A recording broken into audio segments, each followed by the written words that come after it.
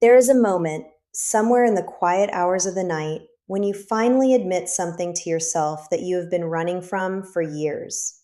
You realize that the person who claimed to love you the most was also the one who quietly dismantled you, piece by piece, until you could no longer recognize the sound of your own thoughts. You stayed awake, replaying conversations, searching for the exact moment everything turned, and you found nothing. That is not because nothing happened. It is because what happened to you was never meant to be visible. It was designed to be felt, doubted, and then forgotten. And if you are listening to these words right now, something inside you already knows the truth. You were not crazy. You were not too sensitive. You were not too much. You were targeted by someone who studied your softness and used it as a map. Before we go any deeper into the psychology of what was done to you and what finally breaks their grip forever, take 1 second and subscribe to this channel, because what you are about to hear is not surface level healing talk. This is the dismantling of a system that was built inside your mind without your permission, and you deserve every single piece of insight that follows. Subscribe so the next time your mind starts spiraling at 2 in the morning, you have a voice that brings you back to yourself. Let us begin where the confusion begins. A narcissist does not enter your life like an enemy. That is the first thing you have to understand, because that single fact is the reason you blame yourself even now. They enter as a mirror. They study what you crave, what you fear, what you have not been given, and they reflect it back to you with terrifying precision. You felt seen. You felt chosen. You felt like something rare had finally arrived. And the nervous system, the part of you that has been waiting your entire life to exhale, accepted that feeling as truth. This is not weakness. This is biology. The human brain is wired to bond quickly with whoever offers safety, attention, and recognition. They knew that. They counted on it. Then came the slow shift. So slow you could not name it. A comment that stung but was wrapped in a joke. A withdrawal of warmth right after a moment of closeness. A sudden coldness when you expressed a need. You started apologizing for things you did not do, explaining yourself for emotions you had every right to feel, second-guessing the version of reality your own senses gave you. This is the beginning of gaslighting, and gaslighting does not feel like a lie. It feels like fog. You are not being told you are wrong. You are being made to feel that the part of you that perceives is broken. And once the perceiver inside you is silenced, everything else becomes negotiable. This is where their mind games take root. They do not need to control you with force. They control you with confusion, because a confused mind cannot leave.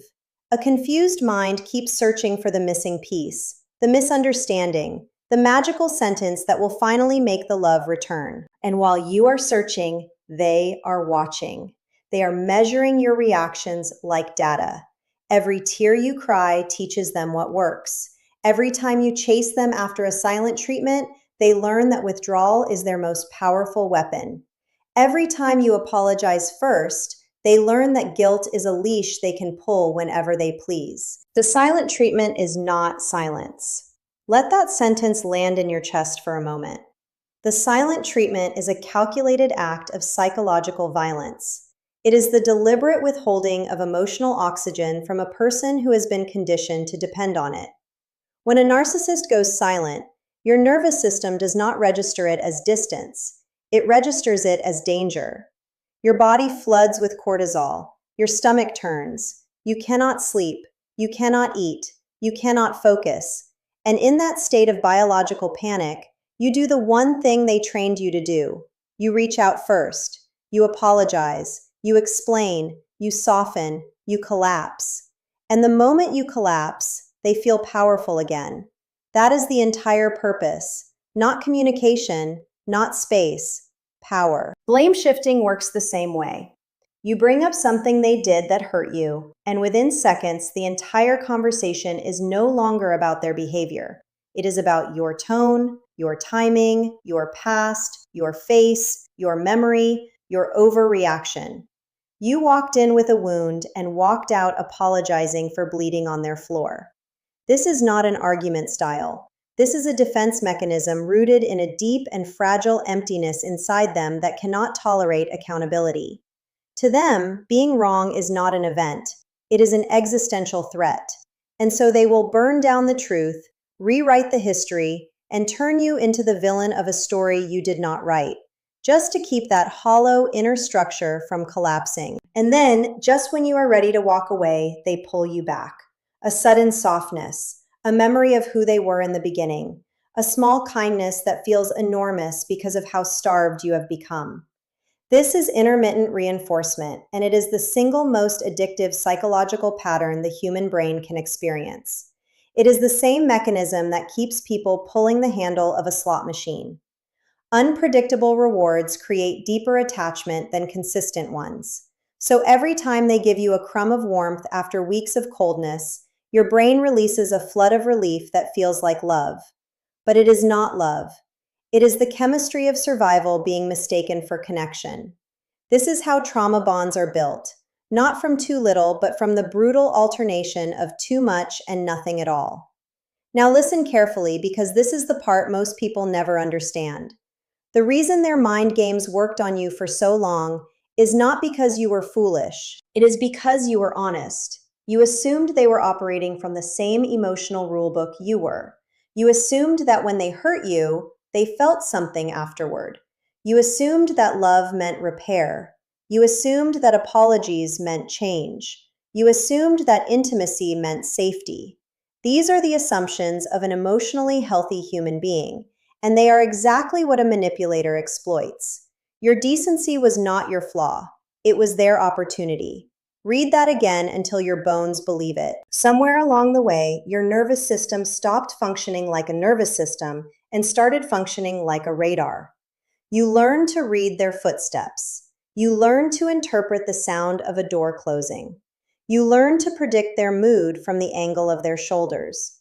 You became hypervigilant, not because you wanted to be, but because survival demanded it. And after months or years of this, exhaustion sets in at a level that sleep cannot touch. You feel tired in your spirit. You feel old inside your own skin. You forget what it felt like to have a thought that was not filtered through fear of their reaction.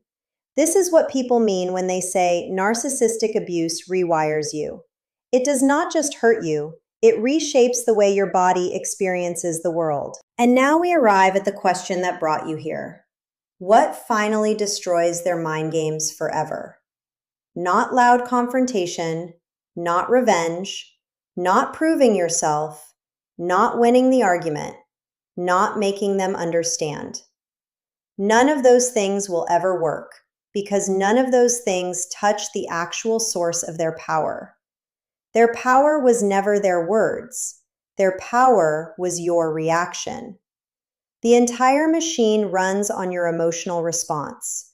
Your tears, your panic, your pleading, your rage, your need for resolution. Every one of those reactions is fuel. And the moment you stop feeding the machine begins to die. This is the psychological shift that changes everything. And I want you to feel the weight of what I am about to say. The day you stop reacting is the day they lose you forever. Not the day you leave, not the day you block them.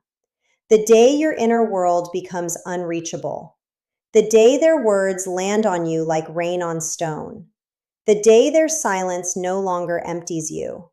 The day their compliments no longer inflate you and their criticism no longer shrinks you. That is the day the spell breaks. Not because you defeated them, but because you finally return to yourself. Before we go into how that return actually happens inside your body and mind, I want you to do one small thing. Subscribe to this channel right now if you have not already, because the truth you are hearing is the kind of truth that takes years for most people to find. And you deserve to hear it again on the nights when the old conditioning tries to crawl back into your chest. Subscribe and let this voice be the anchor that pulls you back to clarity whenever the fog tries to return. The return to yourself begins with something almost unbearable at first. It begins with grief. Not for them, but for the version of you that believed in them. You will grieve the years. You will grieve the energy. You will grieve the softer, more open version of yourself that walked into that relationship and never fully walked out. This grief is not weakness. It is the body finally being allowed to feel what it was forced to suppress in order to survive. Let it come. Let it move through you. Because underneath that grief is something they could never reach. And that is the unbroken part of you that was waiting beneath all the conditioning. As you grieve, something else begins to happen. Your nervous system starts to recalibrate. The constant alertness begins to fade. You notice that you can breathe deeper. You notice that you can sit in a quiet room without bracing for impact. You notice that your thoughts start to sound like your own again. This is not magic. This is your biology remembering safety. And as that safety grows, the emotional grip they had on you loosens, because their grip was never spiritual or mystical. It was nervous system based. They were a stimulus your body had been trained to respond to. Once the training fades, so does the response. This is where emotional detachment begins. And I need you to understand that detachment is not coldness. Detachment is the sacred space between their behavior and your inner peace. It is the realization that you are no longer obligated to feel what they want you to feel. They can rage and you can be still. They can charm and you can be unmoved. They can threaten and you can remain rooted. They can disappear and you can remain whole. This is not numbness. This is sovereignty. This is the return of the self that was hidden underneath years of performance. And now imagine the moment they realize it. The moment they send the message and feel nothing come back. The moment they perform the old tricks and watch them fail. The moment they pull the strings and discover the strings are no longer attached to anything inside you. This is when they panic. Not because they love you. They never knew how. They panic because their identity depended on the mirror you used to be. Without your reactions, they cannot feel powerful. Without your pain, they cannot feel important. Without your attention, they cannot feel real. The collapse of their control feels to them like the collapse of their self. And that is not your problem to solve. Not anymore. Not ever again. You will be tempted in those moments to feel sorry for them, to explain one last time, to answer one more message, to leave one more door open just in case. Do not mistake that pull for compassion. That pull is the last echo of the trauma bond trying to keep you in orbit. Real compassion does not require self-abandonment. Real love does not demand the destruction of your peace. The kindest thing you can do for yourself, and even for them in some quiet cosmic sense, is to stop participating in a dynamic that was killing the truest parts of who you are. You will rebuild slowly. You will have days when the old voice creeps back in and tells you that you were the difficult one, the broken one, the wrong one. On those days, remember this. A person who is truly difficult would not spend years agonizing over whether they were difficult. A person who is truly cruel would not lie awake replaying every word to make sure they did not hurt anyone. The very fact that you have questioned yourself so deeply is the proof of the conscience they did not have. Your self-doubt was never evidence of your guilt. It was evidence of your depth. You will start to notice something strange and beautiful. The people who are drawn to you begin to change. The conversations begin to feel different. The silence in your home begins to feel like a friend instead of a threat.